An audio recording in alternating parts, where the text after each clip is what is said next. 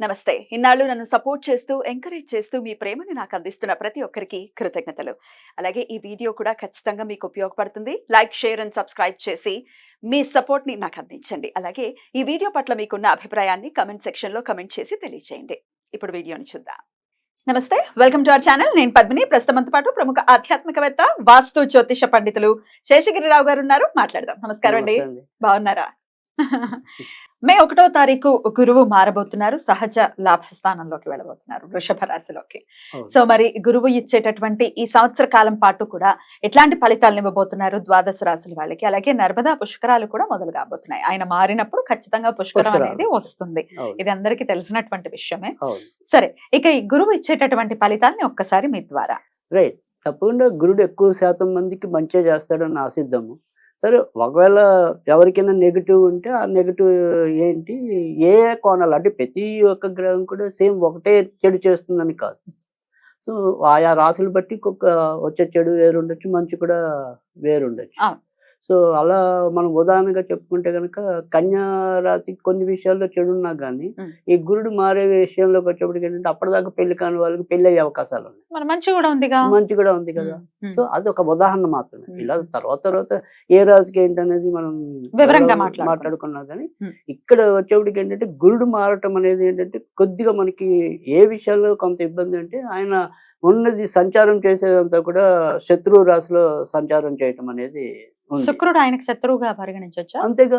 ఈయనేమో దేవతల గురువు, ఆయనేమో రాక్షసుల గురువు. సో అందుకని వైరం అలాగే ఉంటది మరి. సో అందుకని ఆ రకంగా ఆయనకి కొద్దిగా అసౌకర్యమైన స్థానం అది. కానీ బేసిక్ గా ఏంటంటే శుభగ్రహాలు ఏంటంటే వాళ్ళు ఎప్పుడు శుభమే చేస్తారు అనేది మన నమ్మకం. అంటే మనం వ్యక్తులుగా ఆపాదించుకున్నప్పటికీ కూడా సహజంగా మీరు మంచి వాళ్ళు అనుకోండి, పోలే వాడి కర్మ వాడికైపోతుందని అనుకుంటాం. అదే చెడ్డవాడైతే వాడిని ఎప్పుడు కత్తించి పొడిచేద్దాం అన్నట్టు. ఆ ప్రవృత్తి గురువులో ఉండదు అనేది. చెప్పేది ఏంటంటే వీళ్ళు బేసిక్ గా అక్కడ అసౌకర్యం పాలవ్వచ్చేమో కానీ ఎంతో కొంత మంచి చేయడానికే చూస్తారు, ప్రయత్నిస్తారు. అందుకనే ఈ మూడాలు వచ్చినప్పుడు మనం వాటిని వదిలిపెట్టడం అనేది, అంటే ఆ ముహూర్తాలు వదిలిపెట్టడం. ఎందుకంటే వీళ్ళిద్దరు బేసిక్ గా శుభగ్రహాలు. రాక్షసు గురువు రాక్షసుడైనా ఆ రాక్షసులందరికీ మంచిగా ఆకాంక్షిస్తాడు కదా. మరి ఈ దేవతల గురువు దేవతలందరికీ మంచిగా ఆకాంక్షిస్తాడు కదా. సో బేసిక్ గా వీళ్ళిద్దరు కూడా మరి విద్యా సంపన్నులు కాబట్టి ఖచ్చితంగా విద్య ఎవరికైతే ఉంటుందో దానికి ఎంతో కొంత బ్రెయిన్ కూడా ఉంటుంది. తప్పకుండా. అయితే వృషభ రాశిలోకి మళ్ళీ గురువు గారు రావడానికి 12 ఏళ్ళు పడుతుంది. మళ్ళీ అంతేగా 12 years పడుతుంది. సో 12 years కి ఒకసారి మాత్రమే ఈ ప్రిడిక్షన్. అంతే. ఇప్పుడున్నటువంటి గ్రహస్థితి రీత్యా ఇచ్చేటటువంటి ప్రొడిక్షన్ అలా కూడా కన్సిడర్ చేయొచ్చు. అంతేగా మళ్ళీ ఇది మళ్ళీ మారిపోతాడు కదా, తర్వాత మళ్ళీ మారిపోతాడు. మళ్ళీ మిథున నెక్స్ట్ ఇయర్ మిథునంలోకి వెళ్తారు. ఇట్లా 12 years పడుతుంది మళ్ళీ వృషభంలోకి రావాలి. రైట్ అండి.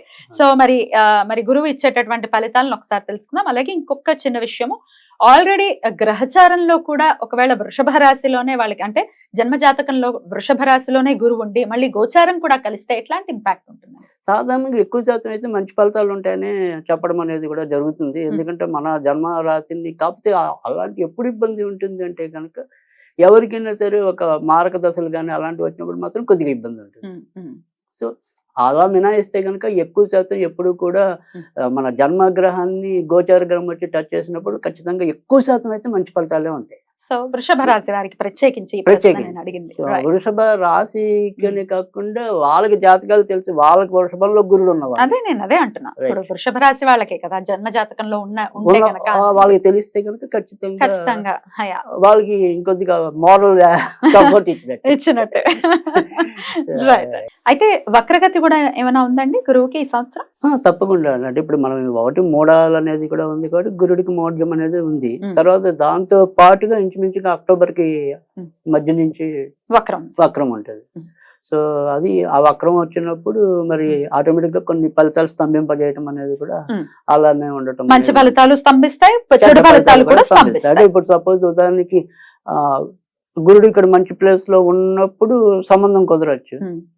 సో కానీ ఆ సంబంధం ఎప్పుడు పెళ్ళికి వెళ్తుంది అనేది స్తంభించింది కాబట్టి ఇంకా 2-3 నెలలు టేక్ తీస్తాయి. అంతే. అలాంటివి అలా కూడా ఉండేది. అది వివరంగా మనం రాశి వైజ్ మాట్లాడుకున్నప్పుడు చెప్తారు. రైట్. మరి ఇప్పుడు ఇక చూద్దాము ద్వాదశ రాశులకి కూడా ఈ గురువు మార్పు వల్ల వచ్చేటటువంటి ఫలితాలు ఏంటో. రైట్. మరి మిథున రాశి వారికి మరి వ్యయంలో గురువు ఎలాంటి ఫలితాలను ఇవ్వచ్చండి? అవును. మిథున రాశి వాళ్ళకి మాత్రం కొద్దిగా జాగ్రత్తగానే ఉండాలి. సో, ఏ రకంగా జాగ్రత్తగా ఉండాలి అంటే 2 కూడా. అంటే ఒకటి చేసే వృత్తి ఉద్యోగాల్లో జాగ్రత్తగా ఉండాలి. తర్వాత రెండోది వచ్చేప్పటికేంటంటే భార్యాభర్తల మధ్య జాగ్రత్తగా ఉండాలి. ఎందుకంటే ఇక్కడికొచ్చేప్పటికి మిథునానికొచ్చేప్పటికి సప్తమాధిపతి గురుడవుతాడు. హ్మ్. ఆ! తర్వాత వీళ్ళ యొక్క ప్రొఫెషనల్ కారకుడు కూడా రాశిరీత్యా హ్మ్. గురుడే అవుతాడు. హ్మ్. ఆ గురుడు ఇక్కడ వీళ్ళకి దాంట్లో ఉన్నాడు కదా! వ్యయంలో. వృషభంలో, వ్యయంలో ఉన్నాడు. ఆ!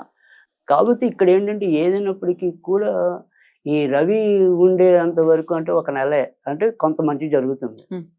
ఆ తర్వాత నుంచి రవి కూడా వ్యయంలోకొస్తాడు. హ్మ్.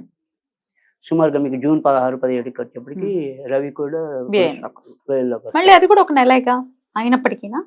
అందుకే అంటున్నా ఇక్కడ మధ్య మధ్యలో వీళ్ళు అంటే పూర్తిగా మనం గురుడు యొక్క పరిగణనలో తీసుకున్నప్పుడు 12 నెలలు అనుకోండి యావరేజ్‌గా. ఆ! అయితే ఇక్కడ 12 నెలలు ఇబ్బందని కాదు కానీ బట్ కొంతవరకు జాగ్రత్త పడాల్సిన విషయాల్లోకి వచ్చేప్పటికి ఏంటంటే ఒకటి ఉద్యోగాలు చేసే ఉద్యోగాల్లో వాటిలో. తర్వాత రెండోది వచ్చేప్పటికి ఏంటంటే భార్యాభర్తల విషయాలు. ఈ విషయాల్లో జాగ్రత్తగా ఉండాలి. ఎప్పుడు విషయాల్లో మరి జాగ్రత్తగా ఉండాలంటే ఇందాక చెప్పాను. ఇప్పుడు ప్రస్తుతం అయితే జాగ్రత్తగా ఉండాలి ఒక నెల. హ్మ్. తర్వాత జూన్ 16 నుంచి ఇంకొద్దిగా జాగ్రత్తగా ఉండాలి. ఇప్పుడు పర్వాలా. అంటే జూన్ 16 లోపు ఏదైనా పనులు చేసుకోవాలనుకుంటే ఇప్పుడే బెటర్. హ్మ్. ఎందుకంటే ఆల్రెడీ గురుడు అక్కడ లాభంలో ఉన్న రవి నక్షత్రంలో ఉన్నాడు. హ్మ్. సో, అది ఖచ్చితంగా ఇప్పుడు మంచుంది. హ్మ్. కానీ జూన్ 16 తర్వాత నుంచి మంచి లేదు. మళ్ళీ జూలైలో కొంతవరకు బెటర్ కానీ అప్పుడైనా వ్యయంలోనే గురుడు ఉంటాడు. హ్మ్. రవి మనకి మారుతాడు కానీ గురుడు ఇంకా అక్కడే అక్కడే ఉంటాడు కదా! సో, అందుకని ఖచ్చితంగా మిథున రాశి వాళ్ళైతే జాగ్రత్తగానే ఉండాలి. అది ఎలా జాగ్రత్తగా ఉండాలి? సరే భార్యాభర్తలు అన్నాము. తర్వాత ఉద్యోగాలు అన్నాము. ఇక్కడ ఉద్యోగాల్లో వచ్చేప్పటికి ఏంటంటే వీళ్ళు హ్మ్. తప్పడం. అంటే హ్మ్. తొందరపాటుతనం హ్మ్. అనేది ఒకటి. హ్మ్. తర్వాత సాధ్యమైనంత వరకు కూడా వీళ్ళు ఈ మిథున రాశి వాళ్ళు కొత్త ప్రయోగాలకు వెళ్ళకుండా ఉండటం మంచిది. హ్మ్. ఇంకా కంపెనీని తీసేస్తే మనం ఏం చేయలేం. హ్మ్. కానీ వీలుగా కొన్నాళ్ళు మారకుండా ఉండటం అనేది హ్మ్. మంచిది. హ్మ్. అలా మారితే మరి వాళ్ళు ఏమంటాం పెనం మించి పొయ్యిలో పడినట్టే. హ్మ్. సో, అందుకని అక్కడ వీళ్ళు జాగ్రత్తగా ఉండాలి. ఇక భార్యాభర్తల మధ్య ఏంటంటే తరచూ ఏవో ఒక కలహాలైతే వస్తూనే ఉంటాయి. కానీ విడిపోరు. హ్మ్. అలాగని ఇలాగే సఖ్యంగా దెబ్బలాటలు లేకుండా ఉంటారు. ఉంటారు. హ్మ్. అదొకటి ఉంటుంది. తర్వాత రెండోది వచ్చేప్పటికి ఏంటంటే ఇక్కడ ఎవరైతే మిథున రాశి వాళ్ళు ఉన్నారో వాళ్ళకి మెయిన్ తలనొప్పులు ఏంటంటే వాళ్ళ మాట తీరులోనే వస్తాయి. అంటే ఈ భార్య భర్తని గురించి కరెక్ట్‌గా మాట్లాడకపోవటం, భర్త భార్యని కరెక్ట్‌గా మాట్లాడకపోవటం. మాట తీరుతో చాలా ఇబ్బందులు ఉంటాయి. అంటే ఈ తొందరపాటు మాటలు విసరటం. హ్మ్. లేదా చులకన చేసి మాట్లాడటం. వాటి వల్ల ఇబ్బందులొస్తాయి. వాటి వల్ల ఇబ్బందులొస్తాయి. అది ఈ ఏడాది ఎక్కువవుతుంది. రైట్. సో, ఎందుకంటే వీళ్ళకి కుజుడు కూడా మేలు చేసే గ్రహం కాదు. సో, ఈ కుజుడు ఇప్పుడు మళ్ళీ నెమ్మదిగా లాభస్థానానికి వచ్చినప్పుడు ఇలాంటి ఇబ్బందులు ఎక్కువుంటాయి. కానీ కుజుడు ఎప్పుడైతే లాభస్థానానికి వస్తాడో ఇక్కడ గురుడు యొక్క చెడు తగ్గుతుంది. హ్మ్. అక్కడ ఉద్యోగాల్లో ఉండే వాళ్ళకి టెంపరరీగా అందుకని ఎలా చూసుకున్నప్పటికీ కూడా జూన్ 16 దాకా గోచారం వీళ్ళకి చాలా బావుంటుంది. హ్మ్. జూన్ తర్వాత నుంచి నెమ్మదిగా డౌన్ అవుతుంది. హ్మ్. కనుక అక్కడి నుంచి వీళ్ళు ముఖ్యంగా జూలైకి వచ్చేప్పటికి కుజుడు ఇంచుమించు జూలై 26 ఆ టైంకి మిథునంలోకి వస్తాడు. అక్కడి నుంచి ఈ కోపతాపాలు పెరుగుతాయి. సో, ఇందాక చెప్పిన ఈ తొందరపాటు చర్యలు అంటే అప్పటిదాకా చేస్తున్న ఉద్యోగాన్ని వదిలేయటం, మనం వ్యాపారం చేద్దామని ఒక ఆలోచనకు రావటం. సాధారణంగా మిథున రాశికి కొద్దిగా వ్యాపార తాలూకు లక్షణాలు కూడా ఉంటాయి. రైట్. ఎందుకంటే దానికి బుధుడు అధిపతి అవ్వటం వల్ల. హ్మ్. కనుక ఆ రకమైన ప్రయోగాలకి కొంతవరకు వీళ్ళు దూరంగా ఉండటం, ఉన్నంతలో సాటిస్ఫాక్షన్‌తో వెళ్ళిపోవటం. మంచిది. వెళ్తే గనుక అప్పుడు మనకి ఇలాంటి ప్రమాదాలు గాని, అది మనం చేయడానికి గాని ఉండదు. రైట్. ఎట్లాంటి పరిహారాలు చేసుకోవచ్చండి వీళ్ళు మరి ఈ సంవత్సరం కూడా? రైట్. హ్మ్. వీళ్ళైతే గనుక ఈ ఏడాదంతా కూడా ఎక్కువ మరి వెంకటేశ్వర స్వామిని పూజించడం వల్లే హ్మ్. మేలు జరుగుతుంది. హ్మ్. ఎందుకంటే ఇక్కడ గురుడిని మనం వచ్చేప్పటికి ఏంటంటే ఆల్రెడీ శుక్రుడు రాశిలో ఉన్నాడు. ఈ మిథున రాశికి వచ్చేప్పటికి ఏంటంటే తర్వాత మనకి కొంత ప్రయోజనం చేకూర్చే వాళ్ళు రవి కుజులు ఉన్నారు. హ్మ్. సో, వీళ్ళందరి కాంబినేషన్‌గా తీసుకుంటే గనుక వీళ్ళకి వెంకటేశ్వర స్వామిని పూజించడం వల్ల ఎక్కువ మేలు జరుగుతుంది. అయితే మరి వెంకటేశ్వర స్వామిని ఎలా పూజించాలి అనేది ఒక పద్ధతి. సో, ఇక్కడ ఏదైనా సరే వాళ్ళు అనుకోగలిగితే కనుక ప్రతి రోజు కూడా శక్తి అనుసారం శ్రీధర శ్రీధర శ్రీధర శ్రీధర శ్రీధర శ్రీధర శ్రీధర అనుకోవటం. ఉమ్.